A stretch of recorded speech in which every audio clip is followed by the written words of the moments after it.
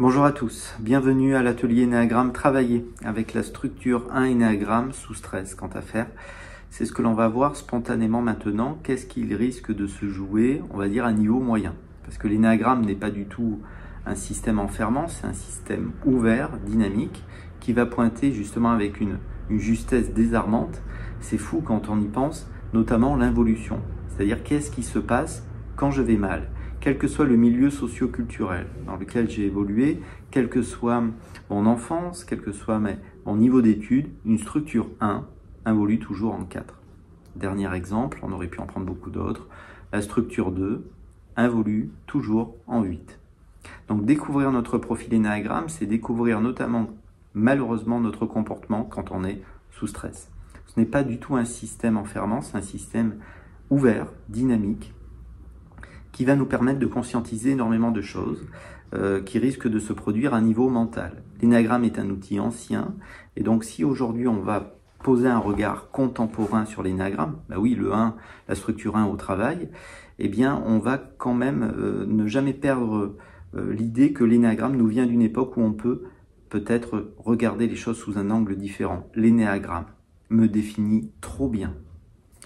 Donc au bout d'un moment, c'est dérangeant. L'énéagramme doit me déranger. L'énéagramme, à un moment donné, doit me remettre en question. Mais qu'est-ce que je suis vraiment? Voilà, parce que vous voyez ça parfois en formation, sur des panels, quand vous mettez des profils entre eux, qui sont de même structure, il y a parfois un sursaut, un moment de recul. Mais je ne peux pas être qu'un profil, je ne peux pas être Erika à côté de moi, et un aussi. Elle est tellement différente que moi, je m'entends tellement pas avec elle. Comment ça se fait, d'une certaine manière, qu'on se retrouve tous les deux dans ce profil? Qu'est-ce que je suis vraiment? Voilà. Donc ça nous amène à dépasser une idée qui a été beaucoup nourrie voilà, en Occident ces derniers siècles. Je pense donc je suis. Alors bien sûr ça ne tient pas à l'analyse, déjà parce que la pensée s'effondre sur elle-même quand on est dans le sommeil profond, et puis la désidentification à la pensée est tout à fait naturelle. Sinon par exemple, jamais personne n'aurait pu arrêter de fumer, puisqu'une personne qui va libère un automatisme, et bien voit la pensée apparaître, qui lui dit tiens, je fumerais bien une petite cigarette. On est déjà au cœur de la problématique de la structure 1, une difficulté à lâcher les pensées. Et je veux suivre des valeurs fortes. Alors, voilà, je ne représente pas l'énéagramme voilà, dans cette vidéo, mais c'est un système qui est riche, voilà, qui nous amène à mieux comprendre ce qui risque de se produire avec l'autre. Parce qu'effectivement, tant qu'il y a une identification forte au mental, eh bien l'autre existe. L'autre, je suis en relation avec l'autre. Bien sûr, s'il y a réalisation du soi, après, tout change. Donc, le point 1, c'est-à-dire le mental 1, est indissociable du point 4, du point 7, du point 9 et du point 2 aussi. Donc, on n'est pas un numéro, rassurez-vous, c'est la manière dont le mental filtre l'expérience. Alors, ôtons tout de suite une fausse croyance, une idée préétablie à l'avance, qui malheureusement qui a été trop nourrie dans la littérature de l'énéagramme, qui en réalité, voilà, plus j'accompagne et plus je vois qu'elle est erronée. Le perfectionniste, la structure 1, qu'on appelle parfois aussi le réformateur, à juste titre, n'aime pas la perfection. Il se moque de la perfection. Ce qui est parfait, il ne porte aucun regard sur ce qui est parfait. Il est obsédé par contre, ce qui est mal fait. Il est obsédé par ce qui est imparfait, ce qui est injuste et ce que je pourrais améliorer. Il est peut-être difficile pour certaines structures 1 de tomber amoureux ou amoureuse d'un être qui ne serait pas rempli d'imperfections, ou un être sur lequel je ne serais pas en mesure de changer des choses. Ça peut sembler fou, mais ça peut être simplement, on peut quand même le dire comme ça. Alors aujourd'hui, bien sûr, c'est pas la relation amoureuse, le but de cette vidéo, c'est bien ce qui se passe au travail, mais ça donne déjà une température forte sur la structure 1. Il y a, on l'a vu dans d'autres vidéos, donc on va pas en reparler, il y a un parent normatif qui est puissant, c'est-à-dire il se critique fortement. Et naturellement, comme il se critique fortement, parce qu'il regarde ce qui est imparfait en lui, et qu'il se met beaucoup la pression, et qu'il vit beaucoup de colère, même s'il ne la reconnaît pas toujours, une forme d'injustice, au bout d'un moment, eh bien c'est trop fort, il faut que la pression sorte, et là, il abandonne, on va dire pour un temps, ses valeurs. Et là, c'est pourquoi on dit parfois qu'il a une double vie. C'est pas forcément une double vie amoureuse, mais il y a une double vie. Ce que je peux montrer, ce que je montre en société, puis ce qui est en arrière-plan, enfin en tout cas derrière le rideau, ce que je ne montre pas aux autres. Et le 1 prend les défauts de la structure 4. Le 4 vit effectivement de l'abandon. Il ne deviendra jamais un 4. Par contre, il va sentir un grand manque en lui, un manque de clarté. Il va commencer à devenir confus. Il va se douter de lui-même. Il va presque sentir qu'il est abandonné par la vie, qu'il veut justement améliorer des choses et qu'il n'arrive pas durablement à améliorer ces choses-là. Donc une grande tristesse. Et c'est parfois ça que ressent le 1. Plus que de la colère, il ressent de la tristesse, l'impression de manque, une grande appétence pour le sucre. Et puis, enfin souvent, c'est pas systématique, mais souvent, le 1 a une grande appétence pour le sucre, on va dire, parce que le sucre, c'est la chaleur, c'est la tendresse, parce que, pourquoi je dis ça? Parce que, eh bien, oui, le 1 est assez rigide avec lui-même et il s'offre peu de tendresse. Voilà, il se complimente très peu. Alors, comme il se complimente très peu, qu'est-ce qui risque de se produire au travail? Eh bien, les compliments risquent de ne pas pleuvoir. Voilà. Il risque d'être un petit peu dans la retenue. Il risque aussi d'être vite, d'une certaine manière, envahi par l'imperfection de l'autre. On va parler brièvement des mécanismes de défense. Ça sera une porte d'entrée pour voir ce qui peut se passer. Alors, les mécanismes de défense, vous savez, c'est, voilà, on pourrait dire que c'est une manière dont le mental va faire en sorte de fuir certaines sensations, certaines émotions. Voilà. On parle de mécanismes de défense. Parce que le mental se défend des émotions. L'émotion est une contraction énergétique qui est ressentie dans le corps. Et malheureusement, on n'est pas vraiment en mesure, enfin on a désappris complètement à ressentir le corps. Et donc, on monte tout de suite sur une compréhension mentale. Et souvent, les mots sont malheureusement assez limités pour exprimer ce que je ressens. Dire « je suis en colère parce que j'ai acheté un kilo de pommes qui est farineuse » ou dire « je suis en colère parce que mon fils a raté son examen », vous voyez bien que derrière le mot « colère », je n'exprime pas beaucoup de choses. Hein. Il n'y a pas, c'est assez creux finalement. Donc, mécanisme de défense premier. Du perfectionniste, c'est la formation réactionnelle. Donc la formation réactionnelle, c'est qu'il va faire l'inverse de ce qui est attendu. Il va faire l'inverse aussi, potentiellement, de ce qu'il ressent bon pour lui. Donc si on prend un exemple, Erika, par exemple, eh bien, qui est perfectionniste, sa maman lui dit, écoute, c'est pas pour dire, mais en fait, les femmes qui fument, c'est vraiment moche. C'est moche, c'est un peu dégoûtant d'ailleurs. Et elle entend ça dès l'adolescence. Donc elle va, donc plus tard, Erika, se faire un plaisir, un devoir de fumer 2 paquets de cigarettes par jour. T'as bien fait de me dire, maman, qu'il fallait pas fumer, comme ça je vais fumer 2 fois plus. Alors c'est bien sûr, c'est un peu vulgarisé, mais dans l'idée, à un moment donné, c'est que le 1 se met tellement la pression que si vous lui mettez la pression, il risque vraiment de devenir rigide. Il risque, entre guillemets, hein, c'est des images de prendre feu. Alors ça ne se verra pas, parce qu'il va retenir cette colère, il ne veut pas la faire éclater, mais intérieurement, il y aura une voix qui critique fort, c'est possible. Quand il est sous stress, encore une fois, parce que bien sûr, quand on va bien, et puis il n'y a pas de bonne et de mauvaise structure énéagramme, hein, c'est tellement important de le dire. Donc, mécanisme premier de défense, c'est la formation réactionnelle. Après, vous avez les mécanismes de défense de ces ailes. Alors les ailes, encore une fois, si vous découvrez l'énéagramme, c'est des profils qui entourent la personnalité dont on parle. Donc pour le 1, vous voyez, c'est le 9 et le 2. Et aussi curieux que ça puisse paraître, souvent on pourrait dire qu'on agit depuis les ailes. Les ailes, c'est une forme d'énergie qui vit en nous. Donc avec son aile en 9, le 9 c'est le médiateur, on peut dire qu'il n'aime pas le conflit. Donc au travail, qu'est-ce qui risque de se produire? Il risque parfois de se mettre en retrait. Il risque de ne pas dire ce qui ne va pas. Non pas parce qu'il veut rompre la communication, mais il ne sait pas comment l'exprimer. Et puis, il n'a pas envie de passer pour quelqu'un de froid, de quelqu'un d'exigeant. C'est toute la complexité de cette structure qui, à la fois, est très dure avec elle-même et qui voudrait sembler sympa.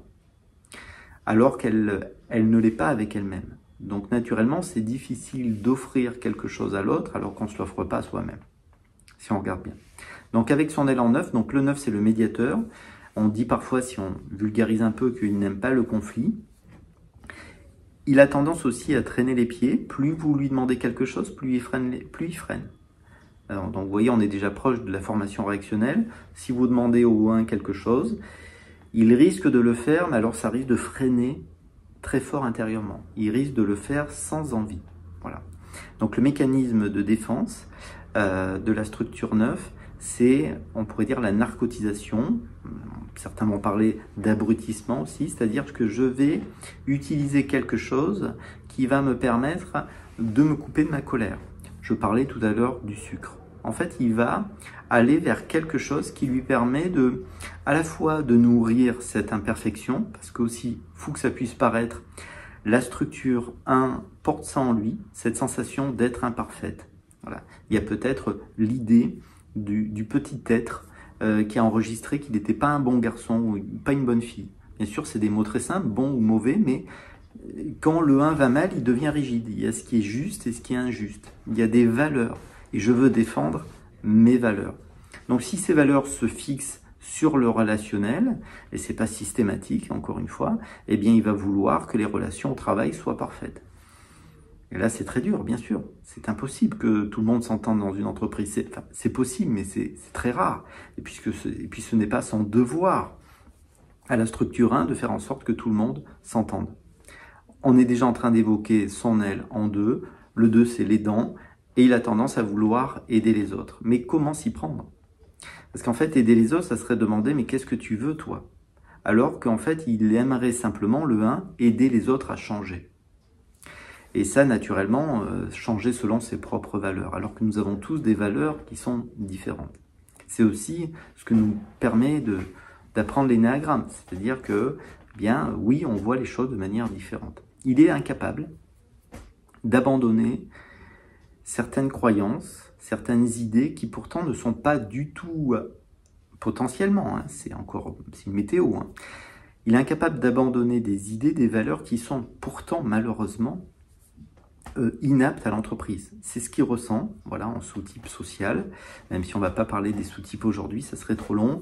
Il se sent inapte. En réalité, il ne se sent pas à sa place. Voilà pourquoi on le dit aussi parfois proche, voilà, c'est son élan 9. Hein. Le 9 a du mal à prendre sa place, et c'est vrai qu'il ne se sent pas à sa place, il sent que quelque chose cloche d'une certaine manière. Donc avec son élan 2, l'envie d'aider les autres, le mécanisme de défense premier de la structure 2, c'est la répression. Une répression de ce que je ressens. C'est très fort. Voilà, le 1 vraiment se coupe complètement de son ressenti. C'est une manière de retenir la colère. Et puis une répression aussi de ce qui est important. Parce que à un moment donné, eh bien oui, le 1, il a besoin de se créer une vie plus légère. Il a besoin à un moment donné de pouvoir lâcher la pression. Et ça, malheureusement, il a du mal à le faire. C'est son chemin d'apprendre à lâcher. En fait, le 1 va prendre les qualités de la structure 7. Alors, le 7, c'est l'épicurien, il ne deviendra jamais un épicurien. Par contre, le 7 a cette capacité de lâcher les pensées qui ne sont pas plaisantes. Et là, à un moment donné, le 1 va pouvoir faire ça, s'il veut évoluer, c'est à un moment donné, il se dit, est-ce que c'est encore important de défendre cette valeur? C'était important pour moi d'avoir des valeurs fortes, ça avait sa place jusqu'à présent dans ma vie, d'accord? Mais est-ce qu'aujourd'hui, c'est encore aujourd'hui important de porter cette valeur? Parce que je vois bien que le monde est changeant, que moi-même j'ai changé, qu'avec les années, je vois la vie différemment.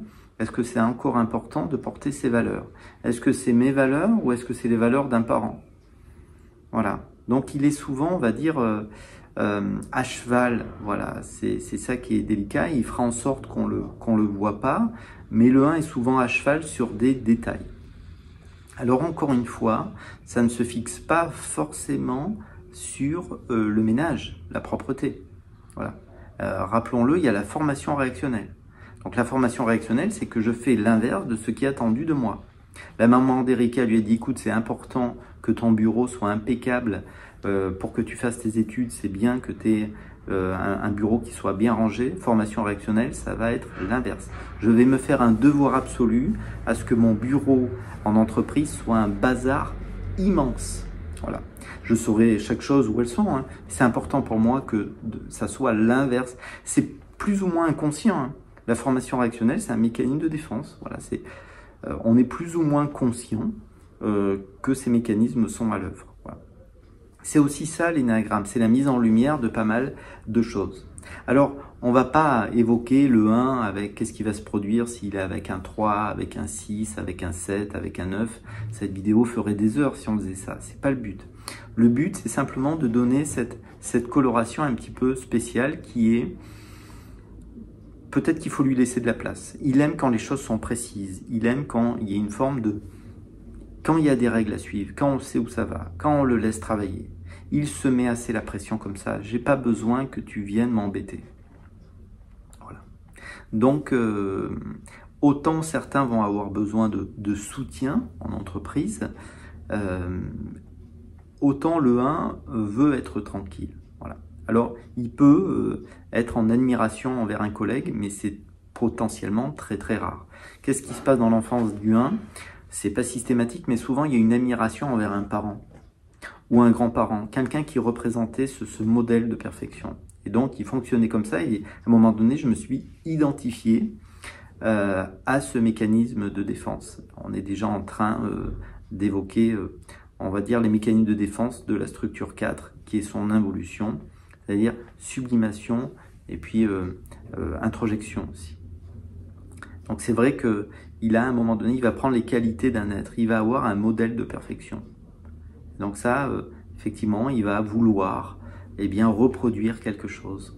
Il va vouloir reproduire quelque chose qui ne le concerne pas en réalité. Il défend des valeurs. Est-ce que c'est mes valeurs ou est-ce que c'est les valeurs de quelqu'un d'autre? Ça aussi, c'est une manière pour lui de travailler sur lui. Donc ici s'arrête cette toute petite causerie spontanée. Il n'y a pas de bon et de mauvais profil. Bien sûr, prendre en compte certains aspects souffrants de notre profil n'est jamais simple. Et donc, peut-être à bientôt. Voilà. Au revoir.